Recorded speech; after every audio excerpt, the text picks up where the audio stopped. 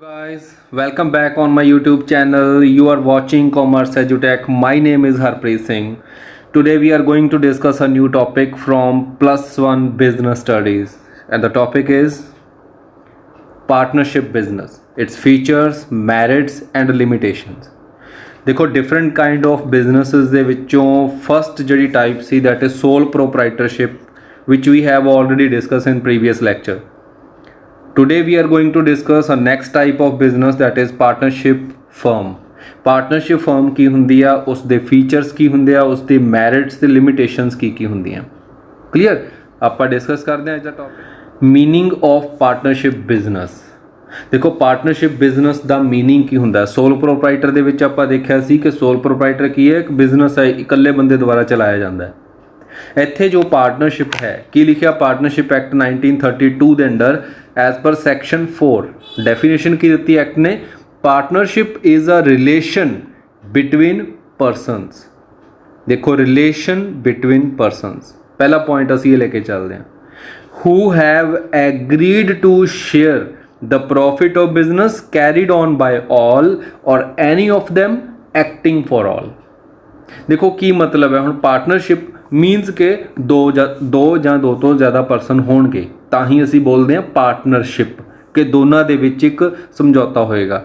Relation between persons, ਠੀਕ ਹੈ, ਉਹ ਮਿਊਚੁਅਲ ਰਿਲੇਸ਼ਨ ਹੋਣਾ ਚਾਹੀਦਾ, ਮਤਲਬ ਕਿ ਹਰ ਪਰਸਨ ਆਪਣੀ ਇੱਛਾ ਦੇ ਨਾਲ ਇਸ ਦੇ ਅੰਦਰ ਆਇਆ ਹੋਣਾ ਚਾਹੀਦਾ।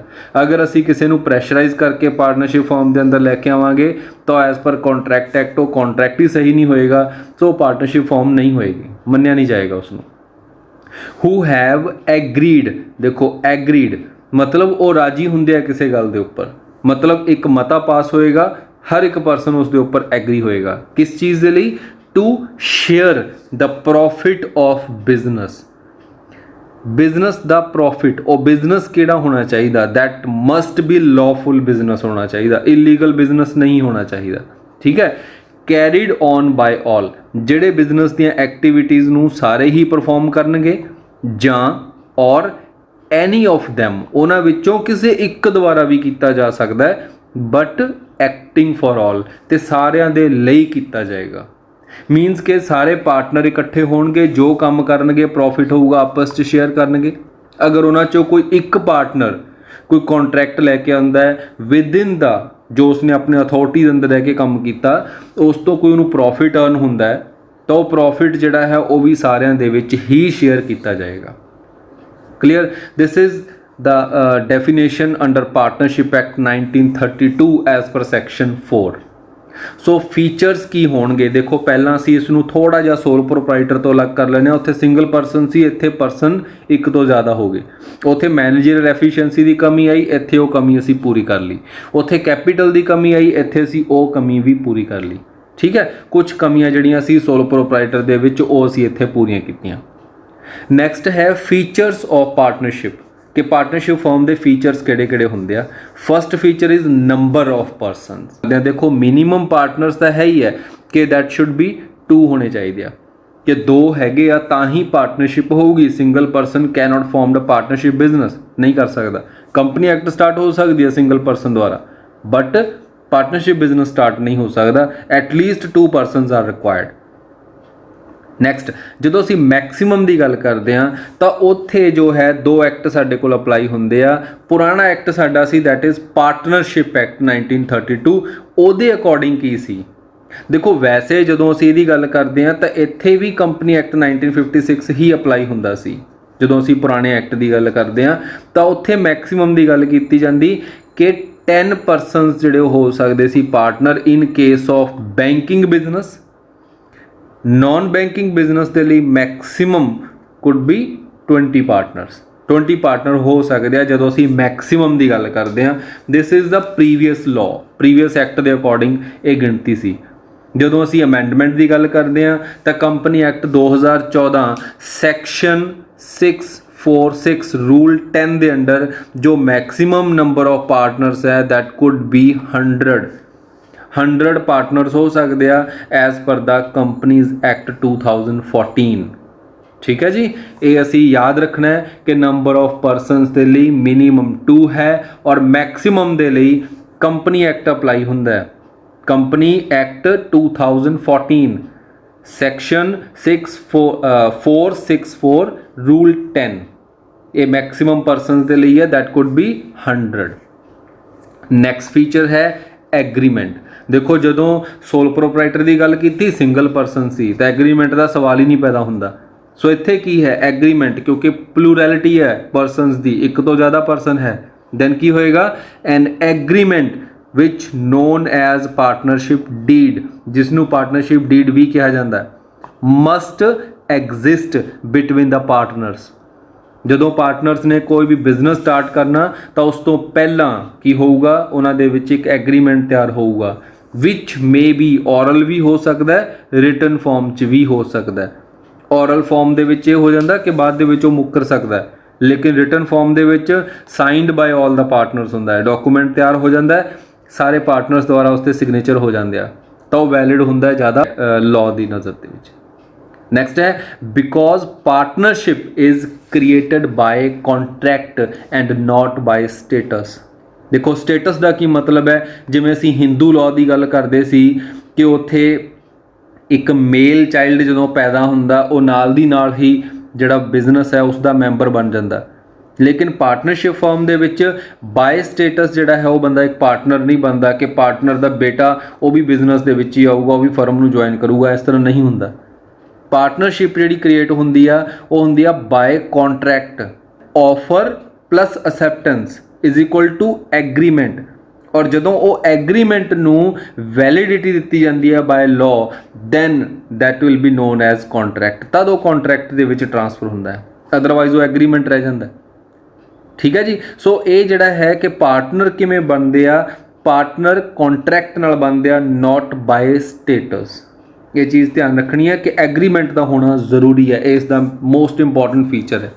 ਪਾਰਟਨਰਸ਼ਿਪ ਡੀਡ ਹੀ ਇੱਕ ਪਾਰਟਨਰਸ਼ਿਪ ਫਰਮ ਦੇ ਬਾਏ ਲਾਜ਼ ਹੁੰਦੇ ਆ, ਉਹੀ ਫਰਮ ਦਾ ਕੌਨਸਟੀਟਿਊਸ਼ਨ ਹੈ ਜਿਸ ਦੇ ਅਕੋਰਡਿੰਗ ਪਾਰਟਨਰਸ਼ਿਪ ਫਰਮ ਜਿਹੜੀ ਹੈ ਉਹ ਵਰਕ ਕਰੂਗੀ। ਇਹਦੇ ਵਿੱਚ ਹੀ ਪਾਰਟਨਰਸ ਦੇ ਰਾਈਟ, ਉਹਨਾਂ ਦੀਆਂ ਡਿਊਟੀਜ਼ ਲਿਖੀਆਂ ਜਾਂਦੀਆਂ, ਇਹਦੇ ਵਿੱਚ ਹੀ ਸਾਰੇ ਮੈਥਡਸ ਲਿਖੇ ਜਾਂਦੇ ਆ ਜੋ ਅਕਾਊਂਟਿੰਗ ਦੇ ਵਿੱਚ ਅਸੀਂ ਯੂਜ਼ ਕਰਨੇ ਆ। ਸੋ ਇਸ ਤੋਂ ਬਾਇਓਂਡ ਜਾ ਕੇ ਅਸੀਂ ਕੋਈ ਕੰਮ ਨਹੀਂ ਕਰ ਸਕਦੇ। ਨੈਕਸਟ ਪੁਆਇੰਟ ਹੈ legal business. Business must be lawful. ਜਿਵੇਂ ਅਸੀਂ ਉੱਪਰ ਗੱਲ ਕੀਤੀ ਸੀ ਕਿ ਜੋ ਪ੍ਰੋਫਿਟ ਹੈ ਬਿਜ਼ਨਸ ਤੋਂ ਆਊਗਾ ਉਹ ਪਾਰਟਨਰਸ ਨੇ ਆਪਸ 'ਚ ਵੰਡਣਾ ਹੈ, ਤਾਂ ਬਿਜ਼ਨਸ ਕਿਹੜਾ ਹੋਣਾ ਚਾਹੀਦਾ, business must be lawful. For any illegal business there will be no partnership. अगर इलीगल बिजनेस है ਉਹਦੇ ਲਈ ਬੇਸ਼ੱਕ ਐਗਰੀਮੈਂਟ ਕਰ ਲਓ ਆਪਸ ਦੇ ਵਿੱਚ, ਤਾਂ ਉਹ ਪਾਰਟਨਰਸ਼ਿਪ ਨਹੀਂ ਕਹਿਲਾਏਗੀ। ਫॉर एग्जांपल ਕਿ ਦੋ ਚੋਰ ਇਕੱਠੇ ਹੁੰਦੇ ਆ ਔਰ ਉਹਨਾਂ ਨੇ ਕੀ ਇੱਕ ਚੋਰੀ ਦਾ ਪਲਾਨ ਕੀਤਾ ਔਰ ਚੋਰੀ ਦਾ ਸਮਾਨ ਜੋ ਆਊਗਾ ਆਪਸ ਦੇ ਵਿੱਚ ਇਕੁਅਲ ਵੰਡਣ ਦੀ ਗੱਲ ਕੀਤੀ, ਔਰ ਜਦੋਂ ਐਜ਼ ਪਰ ਐਗਰੀਮੈਂਟ ਇੱਕ ਚੋਰ ਬਾਹਰ ਖੜ ਗਿਆ ਨਿਗਾਹ ਰੱਖਣ ਲਈ, ਦੂਸਰਾ ਚੋਰ ਕੀ ਆ ਅੰਦਰੋਂ ਜਾ ਕੇ ਚੋਰੀ ਕਰ ਲਿਆ, ਔਰ ਜਦੋਂ ਸਮਾਨ ਵੰਡਣ ਦੀ ਵਾਰੀ ਆਈ ਤਾਂ ਜੋ ਸਮਾਨ ਅੰਦਰੋਂ ਚੋਰੀ ਕਰਕੇ ਲੈ ਕੇ ਆਇਆ ਸੀ ਉਸ ਨੇ ਆਪਣੇ ਕੋਲ 70% ਰੱਖ ਲਿਆ ਔਰ 30% ਦੂਸਰੇ ਜਿਹੜਾ ਹੈ ਚੋਰ ਹੈ ਉਸਨੂੰ ਦੇ ਦਿੱਤਾ ਕਿ ਤੂੰ ਤਾਂ ਬਾਹਰ ਹੀ ਖੜਾ ਸੀ, ਰਿਸਕ ਤਾਂ ਸਾਰਾ ਮੈਂ ਲਿਆ। ਠੀਕ ਹੈ, ਹੁਣ ਦੂਸਰਾ ਚੋਰ ਜੋ ਹੈ ਉਸ ਦੇ ਉੱਪਰ ਕੇਸ ਨਹੀਂ ਕਰ ਸਕਦਾ ਇਸ ਚੀਜ਼ ਦੇ ਲਈ ਕਿ ਮੈਨੂੰ ਇਹ ਮੇਰਾ ਸ਼ੇਅਰ ਨਹੀਂ ਦੇ ਰਿਹਾ। ਕਿਉਂ ਕੇਸ ਨਹੀਂ ਕਰ ਸਕਦਾ? ਕਿਉਂਕਿ ਉਹਨਾਂ ਦੇ ਵਿੱਚ ਇੱਕ ਵੈਲਿਡ ਕੰਟਰੈਕਟ ਹੈ ਹੀ ਨਹੀਂ, ਉਹਨਾਂ ਦੇ ਵਿੱਚ ਸਿਰਫ ਇੱਕ ਐਗਰੀਮੈਂਟ ਸੀ। ਐਗਰੀਮੈਂਟ ਕੋਈ ਵੀ ਕਰ ਸਕਦਾ, ਲੇਕਿਨ ਉਹ ਐਗਰੀਮੈਂਟ ਕੰਟਰੈਕਟ ਕਦੋਂ ਬਣਦਾ ਹੈ, ਜਦੋਂ ਉਸ ਨੂੰ ਲਾਅ ਵੈਲੀਡੇਸ਼ਨ ਦਿੰਦਾ ਹੈ। ਤਦ ਅਸੀਂ ਲਿਖਿਆ ਸੀ ਕ੍ਰੀਏਟਡ ਬਾਏ ਕੰਟਰੈਕਟ। ਪਾਰਟਨਰਸ਼ਿਪ ਜੋ ਹੈ ਉਹ ਕੰਟਰੈਕਟ ਨਾਲ ਕ੍ਰੀਏਟ ਹੁੰਦੀ ਹੈ। ਸੋ ਕੰਟਰੈਕਟ ਇਲੀਗਲ ਬਿਜ਼ਨਸ ਦੇ ਉੱਪਰ ਨਹੀਂ ਕ੍ਰੀਏਟ ਹੁੰਦਾ। ਠੀਕ ਹੈ ਜੀ। ਸੋ ਇਸ ਕਰਕੇ ਜੋ ਬਿਜ਼ਨਸ ਹੈ ਆਪਣਾ ਉਹ ਕੀ ਹੋਣਾ ਚਾਹੀਦਾ, ਮਸਟ ਬੀ ਲੀਗਲ ਬਿਜ਼ਨਸ ਹੋਣਾ ਚਾਹੀਦਾ। ਨੈਕਸਟ ਪੁਆਇੰਟ ਹੈ ਸ਼ੇਅਰਿੰਗ ਆਫ ਪ੍ਰੋਫਿਟ। ਸਟਾਰਟਿੰਗ 'ਚ ਗੱਲ ਕੀਤੀ ਸੀ ਕਿ ਸਾਡਾ ਜੋ ਮੇਨ ਮੋਟਿਵ ਹੈ that will be profit sharing. Profit sharing clause is must in charitable business in ਵਿਚ there is no profit there is no partnership. Charitable business ਜਿਹਦੇ ਅੰਦਰ ਕੋਈ ਪ੍ਰੋਫਿਟ ਨਹੀਂ ਹੁੰਦਾ ਉੱਥੇ ਪਾਰਟਨਰਸ਼ਿਪ ਬਿਜ਼ਨਸ ਜਿਹੜਾ ਹੈ ਐਗਜ਼ਿਸਟ ਨਹੀਂ ਕਰ ਸਕਦਾ, ਉੱਥੇ ਪਾਰਟਨਰਸ਼ਿਪ ਐਕਟ 1932 ਅਪਲਾਈ ਨਹੀਂ ਹੋਏਗਾ। ਸੋ ਸ਼ੇਅਰਿੰਗ ਆਫ ਪ੍ਰੋਫਿਟ ਦੇ ਲਈ ਪ੍ਰੋਫਿਟ ਦਾ ਹੋਣਾ ਜ਼ਰੂਰੀ ਹੈ। ਹਾਂ, ਉਹ ਅਲੱਗ ਗੱਲ ਹੈ ਕਿ ਅਗਰ ਅਸੀਂ ਕਹੀਏ ਕਿ ਬਿਜ਼ਨਸ ਸੇਮ ਸੀ ਸਾਡਾ ਲੇਕਿਨ ਉਸ 'ਚੋਂ ਲਾਸ ਹੋ ਗਿਆ ਤਾਂ ਕਿਆ ਉਸ 'ਚ ਪਾਰਟਨਰਸ਼ਿਪ ਨਹੀਂ ਹੋਏਗੀ? ਹੈਗੀ ਹੈ। ਮਤਲਬ ਤੁਹਾਡਾ ਬਿਜ਼ਨਸ ਜੋ ਹੈ ਚੈਰੀਟੇਬਲ ਨਹੀਂ ਹੋਣਾ ਚਾਹੀਦਾ ਕਿ ਜਿਸ ਦਾ ਮੋਟਿਵ ਸਾਡਾ ਪ੍ਰੋਫਿਟ। ਦੇਖੋ ਲਾਸ ਹੋਣਾ ਇੱਕ ਸੈਪਰੇਟ ਗੱਲ ਹੈ, ਲੇਕਿਨ ਸਾਡਾ ਮੋਟਿਵ ਤਾਂ ਪ੍ਰੋਫਿਟ ਕਮਾਉਣਾ ਸੀ। ਜੇਕਰ ਮੋਟਿਵ ਸਾਡਾ ਪ੍ਰੋਫਿਟ ਅਰਨਿੰਗ ਸੀ ਤਾਂ ਪਾਰਟਨਰਸ਼ਿਪ ਬਿਜ਼ਨਸ ਕੁਡ ਐਗਜ਼ਿਸਟ, ਉਹ ਕਰ ਸਕਦੀ ਹੈ। ਨੈਕਸਟ ਹੈ ਪ੍ਰਿੰਸੀਪਲ ਐਂਡ ਏਜੰਟ ਰਿਲੇਸ਼ਨਸ਼ਿਪ। ਜੋ ਪਾਰਟਨਰਸ ਦੇ ਵਿੱਚ ਰਿਲੇਸ਼ਨ ਹੁੰਦਾ ਆਪਸ ਦੇ ਵਿੱਚ, ਉਹ principal and agent the relation ਹੁੰਦਾ ਹੈ। ਇੱਕ ਪਾਰਟਨਰ ਇੱਕੋ ਟਾਈਮ ਦੂਸਰੇ ਪਾਰਟਨਰ ਦਾ ਏਜੰਟ ਵੀ ਹੋ ਸਕਦਾ ਹੈ, ਐਜ਼ ਵੈਲ ਐਜ਼ ਪ੍ਰਿੰਸੀਪਲ ਵੀ ਹੋ ਸਕਦਾ ਹੈ। ਤਾਂ ਫਰਮ ਦੇ ਵਿਚਕਾਰ ਵੀ ਇਹਨਾਂ ਦਾ ਇਹੀ ਰਿਲੇਸ਼ਨ ਹੁੰਦਾ ਹੈ। ਕਹਿਣ ਦਾ ਮਤਲਬ ਕਿ ਅਗਰ ਦੋ ਪਾਰਟਨਰ ਹੈ ਤਾਂ ਉਹਨਾਂ ਪਾਰਟਨਰਸ ਦੇ ਵਿਚਕਾਰ ਔਰ ਫਰਮ ਦੇ ਵਿਚਕਾਰ ਜੋ ਰਿਲੇਸ਼ਨ ਹੈ that will B agent and principal the relation ਹੈ। ਏਜੰਟ ਦਾ ਕੀਤਾ ਗਿਆ ਕੰਮ ਉਸ ਦੇ ਲਈ ਪ੍ਰਿੰਸੀਪਲ ਜਿਵੇਂ ਲਾਇਬਲ ਹੁੰਦਾ ਹੈ, ਇਸੇ ਤਰ੍ਹਾਂ ਪਾਰਟਨਰ ਦਾ ਕੀਤਾ ਗਿਆ ਕੰਮ ਉਸ ਦੇ ਲਈ ਫਰਮ ਤੇ ਦੂਸਰਾ ਪਾਰਟਨਰ ਜੋ ਹੋਏਗਾ ਉਹ ਲਾਇਬਲ ਹੋਏਗਾ। ਕੰਡੀਸ਼ਨ ਕੀ ਹੈ ਕਿ ਉਹ ਵਿਦਿਨ ਦਾ ਅਥਾਰਟੀ ਰਹਿ ਕੇ ਕੰਮ ਕੀਤਾ ਹੋਵੇ। ਅਗਰ ਉਸਨੇ ਬਾਇਓਂਡ ਦਾ ਅਥਾਰਟੀ ਜਾ ਕੇ ਕੋਈ ਕੰਮ ਕੀਤਾ ਤਾਂ ਉੱਥੇ ਰਿਲੇਸ਼ਨ ਬ੍ਰੇਕ ਹੋ ਜਾਂਦਾ, ਉੱਥੇ ਉਹ ਖੁਦ ਲਾਇਬਲ ਹੋਏਗਾ ਉਸ ਕੰਮ ਦੇ ਲਈ, ਨਾ ਕਿ ਫਰਮ ਔਰ ਦੂਸਰਾ ਪਾਰਟਨਰ। ਇਸੇ ਕਰਕੇ ਲਿਖਿਆ a partner can bound other partner and firm with his acts. ਜੋ ਵੀ ਉਹ ਕੰਮ ਕਰੂਗਾ ਲੇਕਿਨ ਵਿਦਿਨ ਹਿਜ਼ ਅਥਾਰਟੀ ਰਹਿ ਕੇ, ਤਾਂ ਉਹਦੇ ਲਈ ਉਹ ਪਾਰਟਨਰ ਨੂੰ ਦੂਸਰੇ ਨੂੰ ਔਰ ਫਰਮ ਨੂੰ ਬਾਉਂਡ ਕਰ ਸਕਦਾ ਹੈ। Next point common management. ਕਿਉਂਕਿ ਸਾਰੇ ਪਾਰਟਨਰ ਹੈ, ਸਾਰੇ ਮਾਲਕ ਹੈ ਔਰ ਉਹਨਾਂ ਦੇ ਕੋਲ ਰਾਈਟ ਹੈ to take part in managerial activities. ਇਸ ਕਰਕੇ ਜੋ ਮੈਨੇਜਰੀਅਲ ਡਿਸੀਜ਼ਨ ਲਏ ਜਾਣਗੇ ਉਹ ਕੀ ਹੋਣਗੇ, ਕਾਮਨ ਕੰਸੈਂਟ ਨਾਲ ਲਏ ਜਾਣਗੇ। ਇਸ ਕਰਕੇ ਵਰਡ ਬਣਿਆ ਕਾਮਨ ਮੈਨੇਜਮੈਂਟ। ਜੋ ਮੈਨੇਜਮੈਂਟ ਹੈ ਉਹ ਕਾਮਨ ਹੈ, ਸਾਰੇ ਪਾਰਟਨਰ ਉਸ 'ਚ ਪਾਰਟਿਸਿਪੇਟ ਕਰ ਰਹੇ ਆ। ਨੈਕਸਟ ਹੈ ਅਨਲਿਮਿਟਿਡ ਲਾਇਬਿਲਿਟੀ ਲਾਈਕ ਸੋਲ ਪ੍ਰੋਪਰਾਈਟਰਸ਼ਿਪ।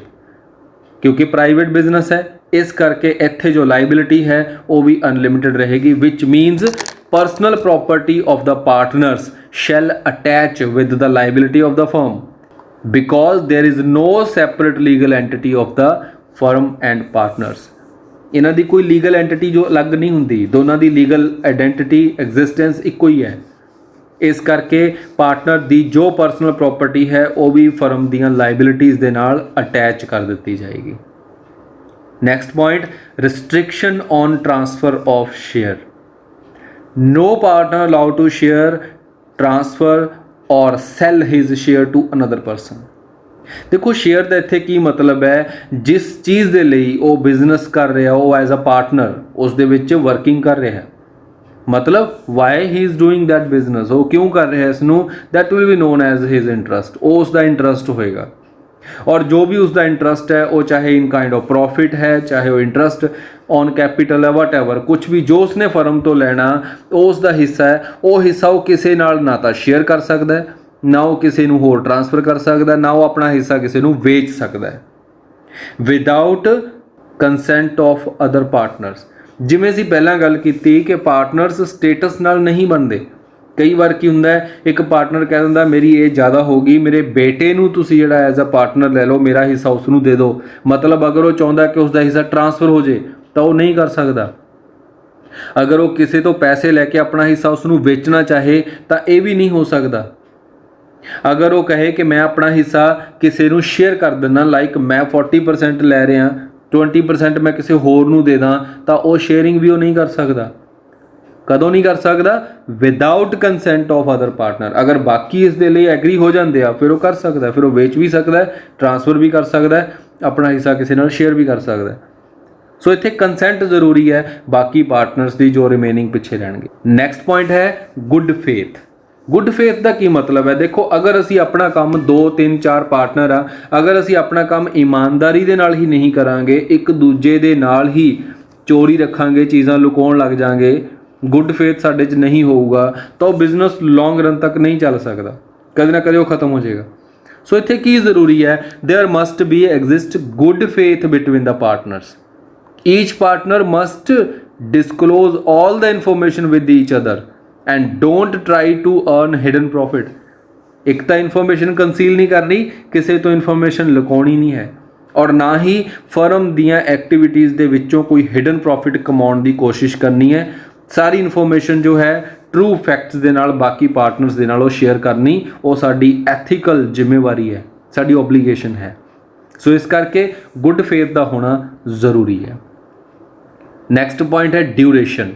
ਡਿਊਰੇਸ਼ਨ ਪਾਰਟਨਰਸ਼ਿਪ ਫਰਮ ਦੀ ਕਿਵੇਂ ਹੋ ਸਕਦੀ ਹੈ, ਐਟ ਵਿਲ ਵੀ ਹੋ ਸਕਦੀ ਹੈ, ਜਰਨਲ ਵੀ ਹੋ ਸਕਦੀ ਹੈ। ਐਟ ਵਿਲ ਦਾ ਕੀ ਮਤਲਬ ਹੋਇਆ ਕਿ life of the firm could decide in advance. Advance ਦੇ ਵਿੱਚ ਤੁਸੀਂ ਲਾਈਫ ਨੂੰ ਡਿਸਾਈਡ ਕਰ ਸਕਦੇ ਹੋ। ਅਗਰ ਸੇ ਫੋਰ ਐਗਜ਼ਾਮਪਲ ਕਿ ਮੈਂ ਆਪਣੀ ਪਾਰਟਨਰਸ਼ਿਪ ਫਰਮ ਜਿਹੜੀ ਹੈ ਉਹ 5 ਸਾਲਾਂ ਦੇ ਲਈ ਕਰ ਰਿਹਾ, 10 ਸਾਲ ਦੇ ਲਈ ਬਣਾ ਰਿਹਾ, ਜਦੋਂ 10 ਸਾਲ ਖਤਮ ਹੋਣਗੇ ਸਾਡੀ ਪਾਰਟਨਰਸ਼ਿਪ ਆਟੋਮੈਟਿਕਲੀ ਖਤਮ ਹੋ ਜਾਏਗੀ। ਸੋ ਉਹਦੀ ਲਾਈਫ ਅਸੀਂ ਐਡਵਾਂਸ 'ਚ ਡਿਸਾਈਡ ਕਰ ਸਕਦੇ ਹਾਂ। ਉਹ ਲਾਈਫ ਜਿਹੜੀ ਹੈ ਇੱਕ ਟਾਈਮ ਨਾਲ ਵੀ ਰਿਲੇਟ ਹੋ ਸਕਦੀ ਹੈ, ਕਿਸੇ ਵਰਕ ਨਾਲ ਵੀ ਰਿਲੇਟ ਹੋ ਸਕਦੀ ਹੈ। ਸੇ ਫੋਰ ਐਗਜ਼ਾਮਪਲ ਕਿ ਕਿਸੇ ਸਿਟੀ ਦੇ ਅੰਦਰ 4 ਫਲਾਈਓਵਰ ਬਣਾਉਣ ਦਾ ਕੰਮ ਮਿਲਿਆ ਤਾਂ 2 ਕੰਟਰੈਕਟਰ ਆਪਸ 'ਚ ਇਕੱਠੇ ਹੋ ਕੇ ਇੱਕ ਪਾਰਟਨਰਸ਼ਿਪ ਫਰਮ ਬਣਾ ਲੈਂਦੇ ਆ ਟੂ ਕੰਸਟਰਕਟ ਦ 4 ਫਲਾਈਓਵਰਸ। ਅਤੇ ਜਦੋਂ 4 ਫਲਾਈਓਵਰਸ ਖਤਮ ਹੋ ਜਾਣਗੇ, ਬਣ ਕੇ ਕੰਪਲੀਟ ਹੋ ਜਾਣਗੇ, ਉਦੋਂ ਪਾਰਟਨਰਸ਼ਿਪ ਆਟੋਮੈਟਿਕਲੀ ਖਤਮ ਹੋ ਜਾਏਗੀ। ਇੱਕ ਕੰਮ ਨਾਲ ਰਿਲੇਟਡ ਹੋਈ ਲਾਈਫ। ਮੈਂ ਤੁਹਾਨੂੰ ਪਹਿਲਾਂ ਕਿਹਾ ਕਿ ਅਸੀਂ 5 ਸਾਲ 10 ਸਾਲ ਲਈ ਇੱਕ ਪਾਰਟਨਰਸ਼ਿਪ ਫਾਰਮ ਕਰ ਸਕਦੇ ਹਾਂ। ਜਦੋਂ 5 ਸਾਲ 10 ਸਾਲ ਕਲੋਜ਼ ਹੋਣਗੇ, ਖਤਮ ਹੋਣਗੇ, ਸਾਡੀ ਪਾਰਟਨਰਸ਼ਿਪ ਆਟੋਮੈਟਿਕਲੀ ਖਤਮ ਹੋ ਜਾਏਗੀ। ਅਦਰਵਾਈਜ਼ ਜੋ ਜਨਰਲ ਪਾਰਟਨਰਸ਼ਿਪ ਹੁੰਦੀ ਹੈ ਉਸ ਦੀ ਲਾਈਫ ਅਸੀਂ ਐਡਵਾਂਸ ਦੇ ਵਿੱਚ ਡਿਸਾਈਡ ਨਹੀਂ ਕਰਦੇ। ਉਹਦੀ ਲਾਈਫ ਉਦੋਂ ਖਤਮ ਹੁੰਦੀ ਹੈ ਜਾਂ ਤਾਂ ਜਦੋਂ ਡੈਥ ਹੋ ਜਾਂਦੀ ਹੈ ਪਾਰਟਨਰ ਦੀ, ਜਾਂ ਉਦੋਂ ਇਨਸੈਨਿਟੀ ਹੋ ਜਾਂਦੀ ਹੈ, ਠੀਕ ਹੈ, ਜਾਂ ਜਦੋਂ ਵੀ ਸਾਡੀ ਇੱਛਾ ਕਰਦੀ ਹੈ ਉਦੋਂ ਅਸੀਂ ਆਪਣੀ ਇੱਛਾ ਦੇ ਨਾਲ ਵੀ ਉਸ ਨੂੰ ਖਤਮ ਕਰ ਸਕਦੇ ਹਾਂ। ਸਾਨੂੰ ਲੱਗਿਆ ਬਿਜ਼ਨਸ ਪ੍ਰੋਫਿਟੇਬਲ ਨਹੀਂ ਹੈ ਤਾਂ ਅਸੀਂ ਇੱਕ ਨੋਟਿਸ ਦੇ ਕੇ ਉਹ ਬਿਜ਼ਨਸ ਨੂੰ ਕਲੋਜ਼ ਕਰ ਲਿਆ। ਸੋ ਉਹ ਜਨਰਲ ਪਾਰਟਨਰਸ਼ਿਪ ਹੈ ਜਿਸ ਦੀ ਲਾਈਫ ਅਸੀਂ ਐਡਵਾਂਸ 'ਚ ਡਿਸਾਈਡ ਨਹੀਂ ਕਰਦੇ। ਸੋ ਡਿਊਰੇਸ਼ਨ ਦੇ ਵਿੱਚ ਇਹੀ ਚੀਜ਼ ਹੈ ਕਿ ਪਾਰਟਨਰਸ਼ਿਪ ਫਰਮ ਜਿਹੜੀ ਹੈ ਇਹ, ਜਿਵੇਂ ਅਸੀਂ ਬਿਜ਼ਨਸ ਐਂਟੀਟੀ ਕੰਸੈਪਟ ਕੀਤਾ ਸੀ ਕਿ ਬਿਜ਼ਨਸ ਦੀ ਲਾਈਫ ਇਨਫਿਨਿਟੀ ਹੁੰਦੀ ਹੈ, ਤਾਂ ਉਸ ਐਂਗਲ ਤੋਂ ਵੀ ਹੋ ਸਕਦੀ ਹੈ ਇਸ ਦੀ ਲਾਈਫ ਕਿ ਅਸੀਂ ਇਹਦੀ ਲਾਈਫ ਨੂੰ ਐਡਵਾਂਸ ਲਈ ਸੋਚ ਕੇ ਨਹੀਂ ਚੱਲੇ, ਜਾਂ ਅਸੀਂ ਇਹਨੂੰ ਐਡਵਾਂਸ 'ਚ ਡਿਸਾਈਡ ਕਰਕੇ ਬਾਉਂਡ ਵੀ ਕਰ ਸਕਦੇ ਹਾਂ। ਠੀਕ ਹੈ ਜੀ, ਇਹ ਸਾਡੇ ਫੀਚਰ ਸੀ ਪਾਰਟਨਰਸ਼ਿਪ ਫਰਮ ਦੇ। ਨੈਕਸਟ ਪੁਆਇੰਟ ਹੈ ਟਾਈਪਸ ਆਫ ਪਾਰਟਨਰਸ਼ਿਪ।